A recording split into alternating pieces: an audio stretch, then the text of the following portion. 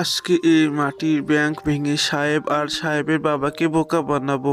যাই কেউ দেখার আগে এটি বক্সে পুরে ফেলি। এ তো হয়ে গেল। এবার যাই এটি ভালো করে এটি নদীতে ভাসিয়ে দিই। এ তো কমপ্লিট।